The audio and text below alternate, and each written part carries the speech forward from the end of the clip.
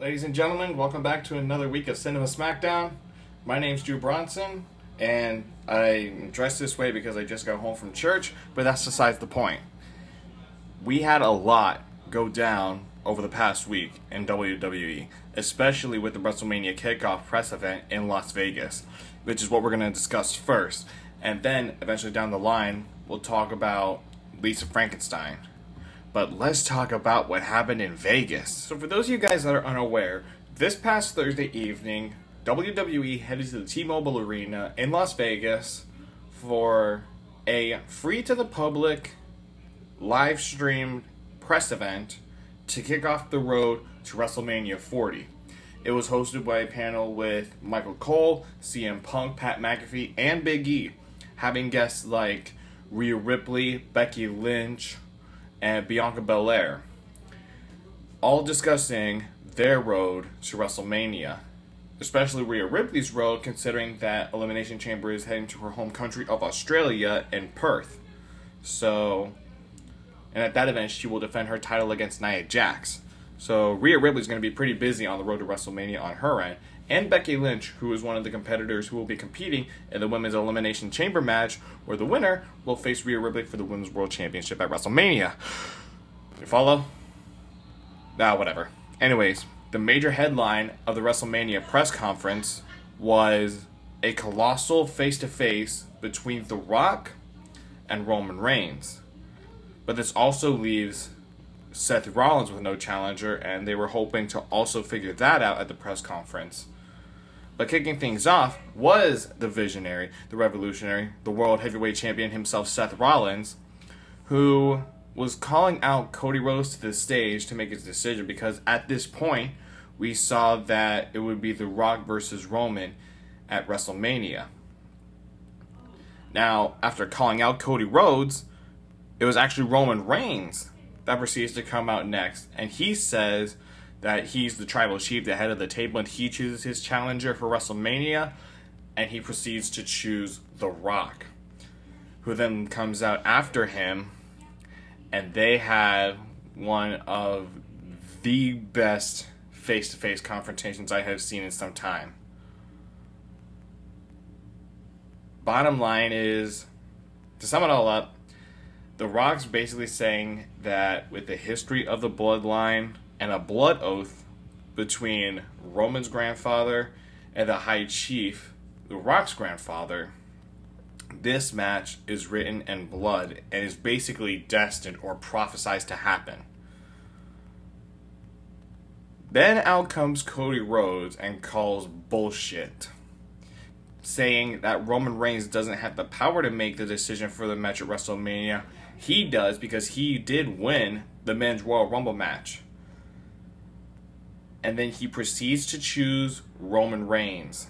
And then, as Dwayne put it, the Cody Crybabies, they were probably some of the loudest SOBs in that entire arena. Here's my whole take on this situation with the Rock, Cody, and Roman thing.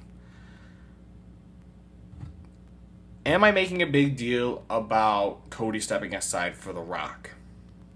Absolutely not. Why? Because I understand every single wrestling fan wanted to see The Rock versus Roman Reigns. Now, while we all wanted it to happen last year in Hollywood, we unfortunately didn't get it due to, I believe it was scheduling conflicts with The Rock, and he didn't have the available free time to be at WrestleMania to fight Roman. So, and it looks like he does have some free time now, considering he's maybe on WWE television for a while.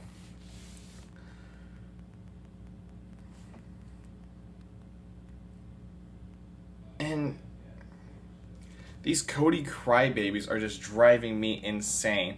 I've seen merch get made.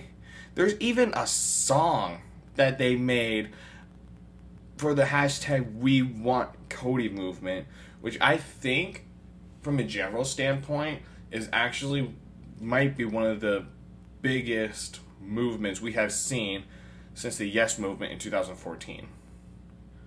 That's just my opinion. But what happens later in the press conference is really interesting.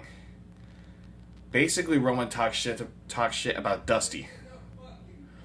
And then Cody Rhodes fires back talking shit about The Rock and Roman's grandfathers. Now, the look on not just Roman's face, but The Rock's face, oh, that was where things were getting dialed up to 11. The Rock then proceeds to slap the taste out of Cody Rhodes' mouth, and my overthinking mind just started going to work on how this could all play out. Looking ahead, now we already know that official for WrestleMania, it is Cody versus Roman. But what if maybe at Backlash in France, not Elimination Chamber, but at Backlash in France, on pay-per-view, we have Cody and a tag team partner, potentially Seth Rollins, because he was right there when all this went down as well, taking on the team of Roman and The Rock. Now, I wouldn't involve Solo Sikoa or Jimmy Uso in this match because all this business, all this beef is strictly between Roman, Rock, and Cody. Now, could they be ringside? Well, maybe have a match that gets them barred from ringside and then they come out later on. But all I'm saying is this could set up one of the biggest tag team matches in the past year, because you have two of the biggest names in the Samoan dynasty today teaming up. Just in general, you just have them teaming up.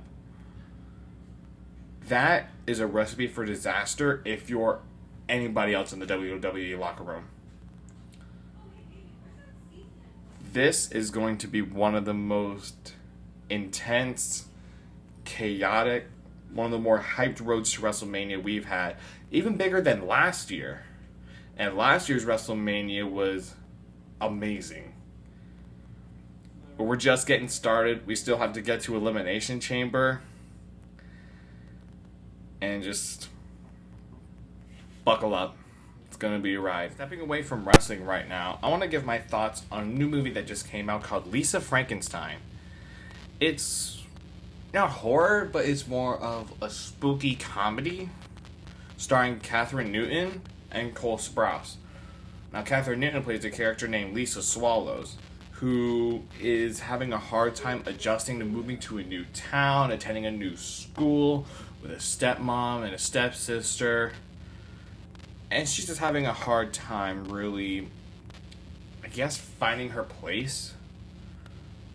And one thing that has interested her since she moved to a new town called Brookview was this cemetery. And one specific grave that has Frankenstein written on it. And she's been looking after it day after day after day. And then eventually one night this storm passes through and a shot of green lightning strikes the grave, and then Frankenstein basically comes to life. And he comes up missing a few parts. So this whole movie is basically a journey of, I guess, Katherine Newton finding love and also helping Frankenstein rebuild himself. But overall, my thoughts on the movie, I give it a watch. It's not the best, but it's not the worst. It does have its moments, and there was one moment where I nearly died laughing. And the MVP of this movie, I got to give it to Cole Sprouse. He, despite having very little to no dialogue in this movie, he was literally and figuratively killing it on that movie. So I guess my overall rating, I'm going to say I give it a 6.5 out of 10. But really, I just give props to Katherine Newton. Katherine Newton did great as well, but Cole Sprouse was on a whole nother level in making this movie.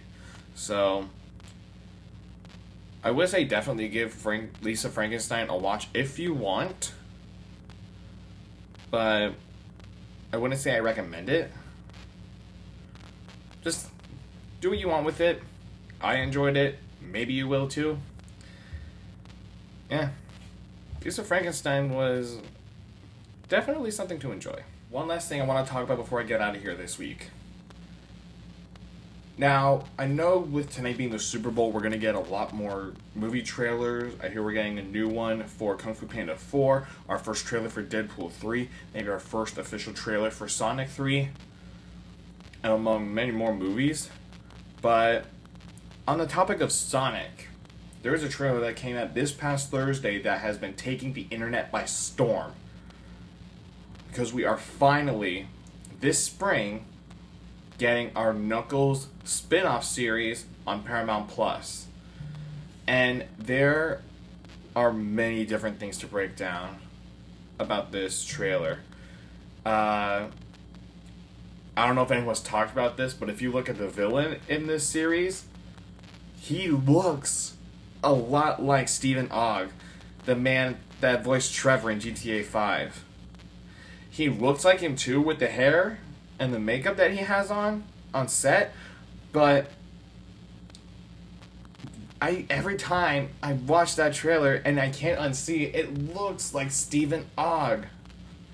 It looks like Trevor from GTA 5. This is a show that takes place in Vegas, and you also have the original cast reprising their roles. You have Tika Sumpter coming back, Ben Schwartz, the Tails voice actor, including Idris Elba as Knuckles. And one thing that I've seen people talk about on social media was the song that we used. It's a song called Knuck If You Buck by Crime Mob. And a lot of people are giving this trailer a lot of praise because they have this Crime Mob song and it just fits so perfectly with what the show is trying to deliver. And I am overall very excited for Knuckles. Every aspect of the trailer looks good. They even got Kid Cudi in this. If you don't remember, Kid Cudi wrote the main song for Sonic 2 a couple years ago, but now he's actually in this show acting. So, Kid Cudi is Sonic canon, I guess. But, I wish I could say more about the show, but we just got a trailer. We don't officially have the whole show yet, not until April 26th.